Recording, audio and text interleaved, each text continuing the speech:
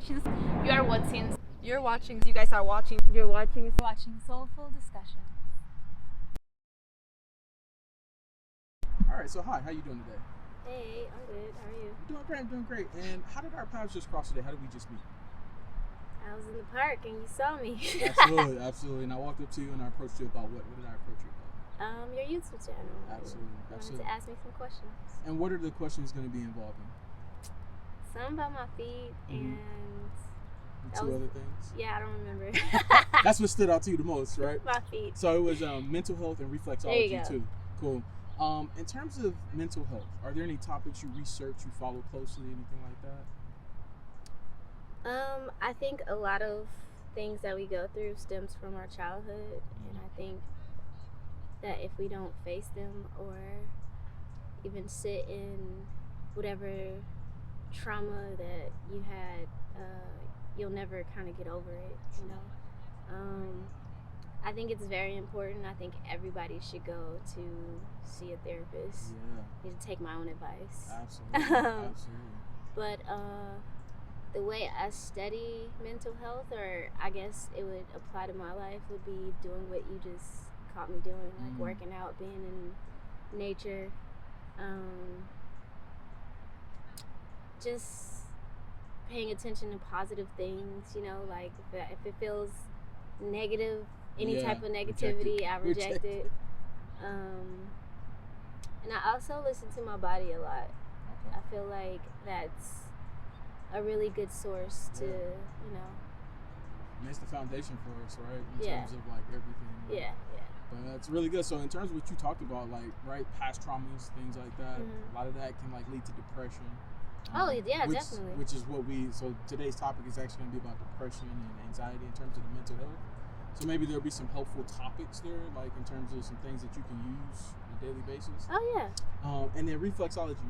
Are you familiar with it? No, I've never heard of it. Okay, so I'll throw in some information there. Maybe it could be helpful since you do a lot of walking and working out. Yeah. It could be helpful to you, okay?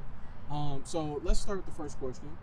What's something that you like that other people might find to be weird? And I'm using the term weird for a reason, so it doesn't have to be somewhere. It could just be like a hobby you have that other people might find to be strange or something like that. I think in general I'm weird, so I have a hard time. You can't pinpoint something. Yeah, right? like I can't pinpoint if somebody thinks I'm weird. Yeah. I know if I do some weird shit, I'll be like, yeah, that was weird, Corey. Like, but yeah, I just feel like there's different levels to weirdness, and it's what you could tolerate, I guess. But yeah. Has anyone ever made you feel insecure about your body or a body part before? Oh yeah. Okay. I mean, growing up, like, I actually said I was gonna do like a little segment on this. Okay. But growing up, like,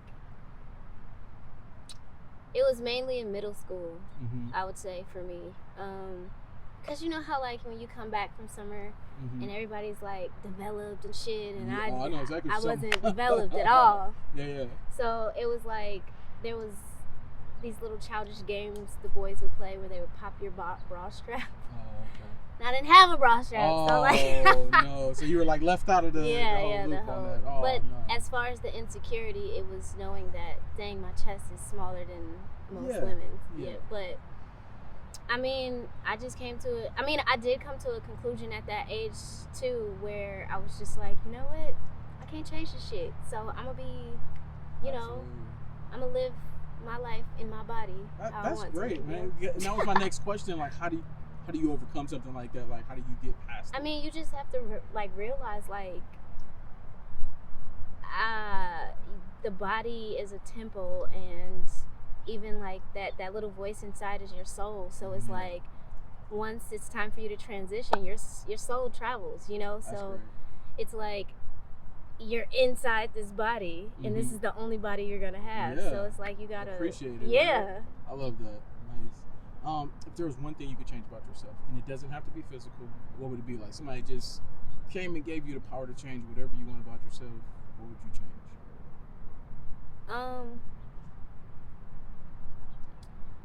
I guess patience, because in a sense, I mean, I have patience, but I want to be on like a supernova of great level I of see what you mean. patience, you know. Yeah. And it's like even when like I get upset, I want to have patience throughout that. Yeah. Like, but I so try not to. such a short fuse and things like that. You I wanna be wouldn't able say to- like I have a short fuse, but I Mhm. guess like sometimes like dumb shit does make me like what the, you know. Yeah, But, I get you. I get you. Yes, All right, so let's patience. jump into these questions. How do you feel about your feet? What are your thoughts? They aight. They alright? Like, So you like them? You don't like them? You're like kind of like impartial to them. Like you don't really care. Like what? I mean, it's like I don't care enough to be like, hey y'all, look at my feet. I see. But I care enough to go To get take them care of done. them. Yeah, like I Yeah. do get them done. And speaking of like the body, like that's what holds you up, right? Like, Yeah. It's what keeps you grounded and like. Oh, and yeah. stand up. And honestly, okay, so there's one thing I do try to do every day, and normally it's during this walk, Yeah. because I like to sit and look at the city, but I also like have a moment of gratitude, Mm-hmm. and I literally like from the smallest thing, like thankful for all my limbs, like thankful, you know, like that I can walk, I can Yeah. run, like I can see, I can hear, you know. Yeah. So my feet would be a part of that. Absolutely. I You mean, know? these are things that like some people like would look at it as like, well, of course, but we often overlook because No, yeah. it's like one of those things that we know we have it, so we don't really think about it, right? Yeah, I think it's more so people just take it for granted, Yeah. and it's not like in a negative light, but it's just like, for instance, I'm not from California, Okay. and every day, like I've been here 6 years, but I still be like, damn, I'm in LA. Like, Yeah. I'm in LA. Yeah. Like there's palm trees. There's not palm Yeah. trees where I'm from, you know. Like it's almost like the weather is perfect every day. If it Yes. starts off cloudy, Probably it's about 70. the sun. Yeah, the sun is Yeah. gonna come out at some point. So It's it's beautiful. like, That's beautiful to have that mindset. Yeah. Have you ever received compliments on your feet before? nah. No? I don't know. No, Okay. no, I don't Okay. think so. How would you feel if you did get a compliment? Let's say you're wearing sandals. It'd be a little awkward. It'll be a little awkward. What would your feeling be though? Like it'd be awkward, but how would you feel about it? I mean, to be honest, any kind of compliment kind of makes me a little awkward. I see. So I would just be like, oh shit, you noticed that? Like, thanks. Absolutely. Now, in terms of compliments you receive from men and women, right? hmm Is there a difference in how you feel about those compliments? Like, do you- Sometimes, yeah. Okay. Because now I started asking that question because I interviewed a lady before and she mentioned that a lot of times women are taught from a young age to kind of like hate on each other, be in competition with each other. So when you get older and you start to receive compliments from other women, like it's received better and you hold it at a higher regard as opposed to like the compliments you can get from men where sometimes they're just complimenting you because they want something in return. Is that something you agree with or? I do to a degree. Like, Okay. I would say I wasn't taught to hate on other girls, Yeah. you know, like, but I have been hated on, and when I was younger, I didn't understand it, and my mom was just like, you know, sometimes people are jealous, and I'm like, but I'm not doing anything to make them jealous, you know. Yeah. But she was like, you don't have to. But at the same time, it did give me like I can remember that I was in a club one time and a girl was staring at me, and I was just wondering like, what the fuck is she staring at? Like, you know, like, but I got an attitude about it. Yeah.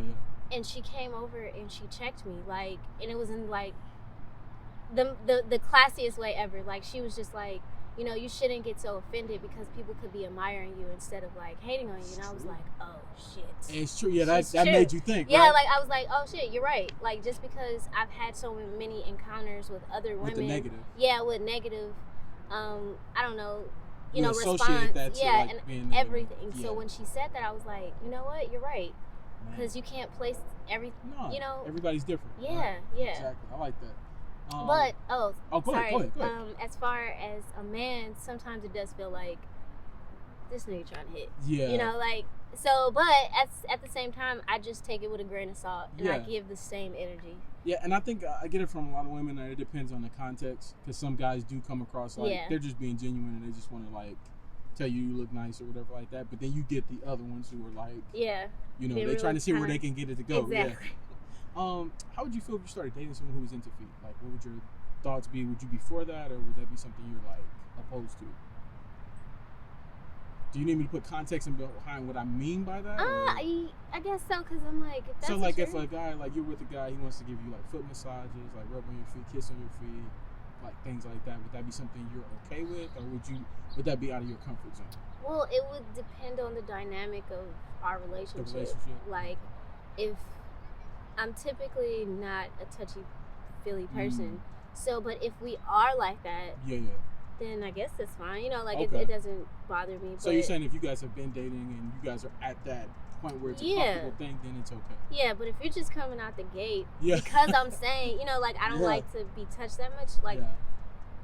You're just coming out there and be like, all right, bro, you gotta step back. And I can like you and everything, but it's just like, I just need my space. And that's the next question. So you kind of segmented me into this. When you first start dating someone, when is the appropriate time for you two to talk about the stuff you're into? So like to talk about like those boundaries and things like that, what you like, what you don't like. Honestly, I think it's okay once we recognize that we like each other. Okay. Like, but I'm not gonna speak for all women. You know, but see, this is your opinion because like the other women I interviewed, they give me theirs, so I want your take. Yeah. So that guys, you know, because it's important. So like the reason why I do this is so that guys can see, you know, exactly what a woman thinks in terms of these situations, so that if they ever encounter that situation, they can deal with it better. So this is your opinion, right? Another woman might have a different opinion, but for you, how would it go? Like, I mean, to be honest, this is such a complex question because it's like there's a certain type of authority you have to have in your voice for me to want to do anything for you, you know, like, and I don't mean it like, please don't be disrespectful, but just have a tone where I'm just like, ooh, like, all right, let me do this, you know, like, let me do this for him. I see. So as far as like I said, for me, I'm at an age too where it's kind of like either we doing it or we not. Like it's no in between for me. And I think, like I said, once we recognize like there's a liking for each other, like you can ask me anything because I don't know where it's going. You know, like kinda it like could work, water, it you could just let not. it flow, right? Exactly. Like you, and if it works, it works. If it doesn't, it doesn't. You know, like yeah. How often do you get pedicures? How often do I what? Get pedicures.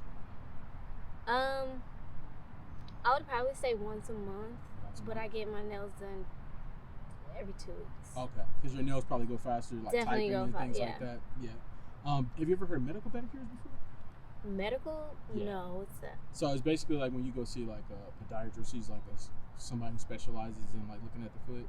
Oh no, I haven't. Yeah, so I probably should do basically that. they do like they look at your nails, make sure they're growing correctly, your toes, make sure they're aligned correctly, take away any dead skin, things like that. They just do all the work there. So it's not cosmetic like you go get them painted. Got it. This is like the next level to that. So yeah. Yeah, I would do that. Yeah. I mean, because to be honest with you, I did grow up as an athlete and I played tennis. So like when you're doing a lot of agility, your foot is hitting the front of your shoe. Absolutely. And sometimes, this is TMI, but I don't care, whatever. Sometimes I would break my toenail like really low, like my big toe.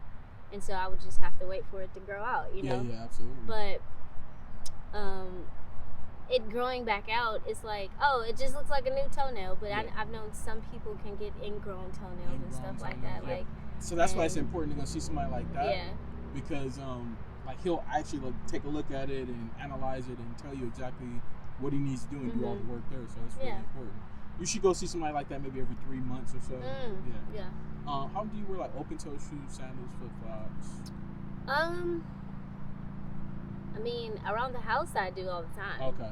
I get some Nike slides, you know. Okay. But I guess if I'm going to the beach or something. Okay. So are you more of a sneakerhead? Like you like tennis shoes? Yeah. Is it more for style, comfort? Both. Both. Okay. Yeah. Cool. Yeah, well, because you did say you're a former athlete, so you probably just feel at home in those. Yeah. And how often do you go barefoot? You mean like outside? In general, just. I try to go only barefoot in my room, to be honest. So no, because we talked about a little earlier about grounding, earthing. Have you ever heard of those? What are your thoughts on those? I think it's necessary. I don't think you necessarily have to be in a certain place to do that. Like. No, true.